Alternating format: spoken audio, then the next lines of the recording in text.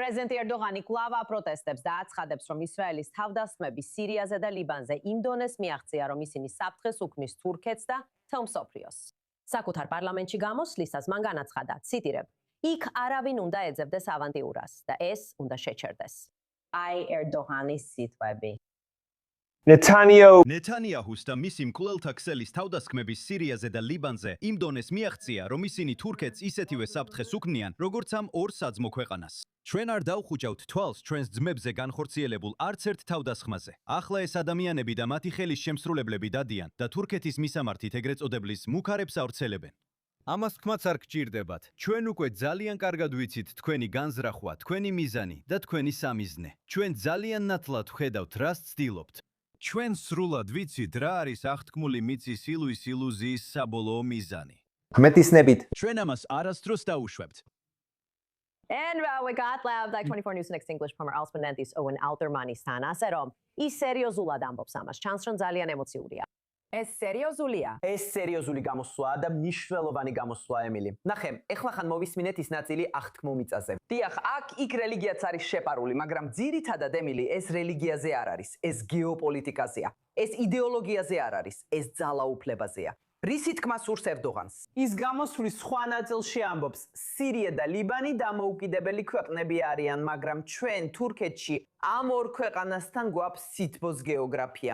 ემილი, არ ვიცი შენ გძნობ ამ სიყვარულს თუ არა, მაგრამ ბეირუთსა და დამასკოში მალე იგრძნობენ, რადგან ერდოღანი მათ ვალენტინებს უგზავნის. ფაქტობრივად ამბობს და პირდაპირაც თქვა, თურქეთის უსაფრთხოება ჰათაიდან არ იწება, ანტაკიიდან, უძველესი ანტიოქიიდან და ხმელთაშუა ზღვის სანაპიროდან. ის იწყება ალეპოში და შემდეგ დამასკოში და იწყება ბეირუთში.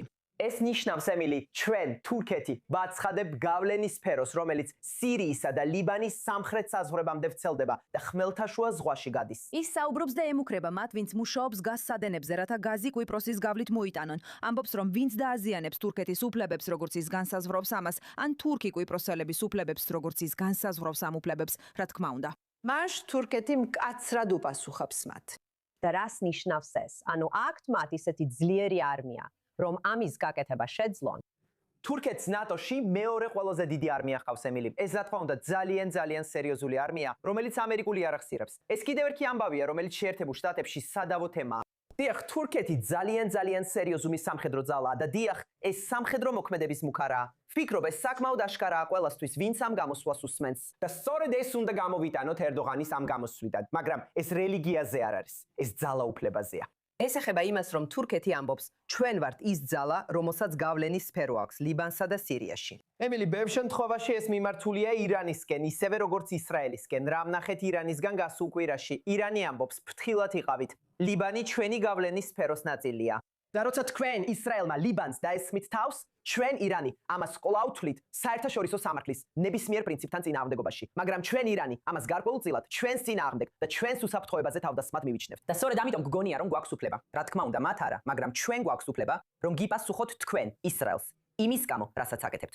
ერდოღანი აცხადებს ზუსტად იმავე უფლებას. ჩვენი უსაფრთხოება იწყება ლიბანს და სირიაში. ის არ იწყება ჩვენს საზღვართან. ეს ქვეყნები ჩვენი გავლენის სფეროს ნაწილია. ამას რელიგიასთან არანაირი კავშირი არ აქვს. ამას აღთქმულ მიწასთან კავშირი არ აქვს. ამას ისლამთან კავშირი არ აქვს.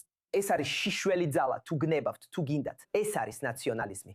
თუ ბოლო წლების განმავლობაში იყო ბრალდება, რომ ერდოღანს სურს ოსმალეთის იმპერიის აღდგენა, აი აქ ის ფაქტობრივად ამბობს, რომ ნაწილობრივ ასეა. ფიქრობ ეს გონივრული გზაა იმის წასაკითხად, მოსასმენად და ინტერპრეტაციისთვის, რომ სირია და ლიბანი სუსტ ქვეყნებად მიიჩნევა და მათ სჭირდებათ თავიანთი სატრფო, თურქეთი, თავისი სიყვარულის გეოგრაფიით, რომ შევიდეს იქ. იყავი შენი. გულის ფორმას აკეთებ და სწორედ ამას სულდა რომ ხალხი აკეთებდეს ლიბანში. ბოდიში. ისრაელი როგორ მიდის საქმეები? ხო, ბენიამინ ნეთანიაჰუმ გააკეთა განცხადება, რომ ერდოღანი იმის გამო, რასაც აკეთებს, ჰამასის მხარდაჭერა, ოპონენტების ციხეში ჩასმა და ასე შემდეგ, ბოლო ადამიანია, ვისაც შეუძლია მორალური განცხადებები გააკეთოს ისრაელის სამხედროების წინააღმდეგ. ჩვენ ეკრანზე ნეთანიაჰუს tweet-ი გვაქვს. ისრაელი გააგრძელებს პასუხს ირანის მიერ მხარდაჭერილი დაჯგუფებების თავდასხმებზე ლიბანში, სადაც განმარტავს, რატომ თვლის ისრაელის საჭიროდ ლიბანსა და სირიაში შეტევას. უნდა ითქვას, ემილი, არა იმიტომ, რომ ერდოღანს ვიცავ პირიქით. მაგრამ ისრაელის პოლიტიკა შეიცვალა ლიბანსა და სირიაში, განსაკუთრებით მას შემდეგ, რაც ასადის რეჟიმის დაცემის შემდეგ სირიაში ისრაელის ბუფერული ზონები შეიქმნა. თუმცა ეს შეიძლება მოლაპარაკების საგანი გახდეს ახალ სირიის მთავრობასთან და იმასთან, რაც ლიბანში მოხდა. იმ ძიმე თავდასხმების გათვალისწინებით, რაც ისრაელის ჩრდილოეთ თემებზე განხორციელდა და ის, რაც ბოლო თვეებში ისრაელმა გააკეთა, ისრაელის პოლიტიკაში ეს ცვლილება მართვაც მოხდა.